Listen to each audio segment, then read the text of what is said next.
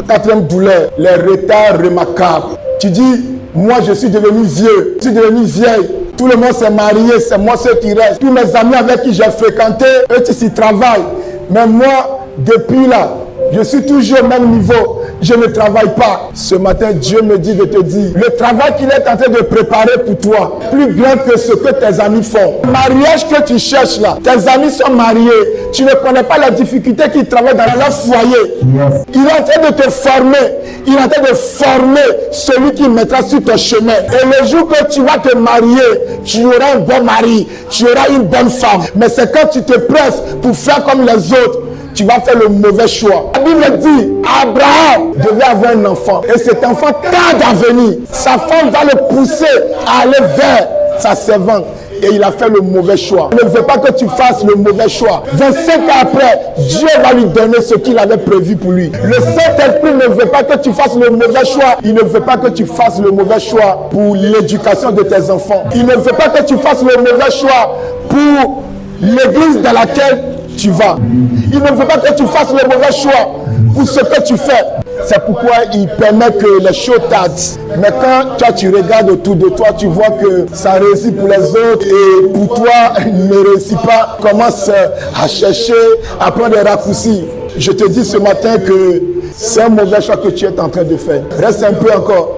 La Bible dit, avis d'écrire un psaume, l'Éternel est mon berger, je ne manquerai de rien. Il me fait reposer dans de verts pâturages. Il me dirige près des eaux paisibles. Il restaure mon âme. Il me conduit dans les sentiers de la justice à cause de son nom. Quand je marche dans la vallée de l'homme de la mort, je ne crains aucun mal, car tu es avec moi. Ta houlette et ton bâton me rassurent. Reste devant moi une table en face de mes adversaires. Tu ondulles ma tête et ma coupe déborde. Le bonheur et la grâce m'accompagnent tous les jours de ma vie. Et je suis dans ta maison jusqu'à la fin de mes jours. David écrivait ce psaume parce qu'il était livré à lui-même. Mais il se rassurait d'une chose. Tout le monde l'a abandonné. Mais il y avait un berger à l'intérieur de lui. Et ce berger, lorsqu'il est découragé, le berger lui dit, lève-toi, retrouve encore la force. Il reste un peu, c'est bientôt, tu vas y arriver. Ne te décourage pas, ne te décourage pas. Reprends la force. Et ce matin, le grand berger s'adresse à toi. Toi qui es abattu, toi qui es découragé, tu ne sais plus quoi faire. Le grand berger te dit, retrouve encore la force.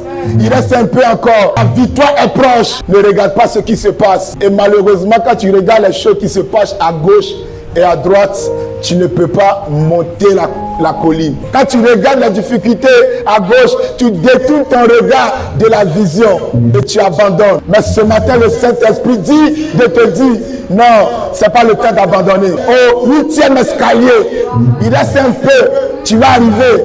Il reste un peu, tu vas y arriver. Et ce matin, je suis le représentant de ce berger. Et je peux dire que tu vas y arriver. Ça fait 10 ans, tu es fonctionnaire, mais les choses n'avancent pas. Tu travailles, peu que tu gagnes là, ça finit en même temps. Dès que tu gagnes l'argent, ça finit en même temps. Pas stable. Mais Dieu dit, ne t'inquiète pas. Ce qu'il te donnait là, c'est juste pour t'amener à survivre. Parce que le temps est arrivé maintenant pour qu'il te dépose la chose qui va changer ta destinée. Alléluia.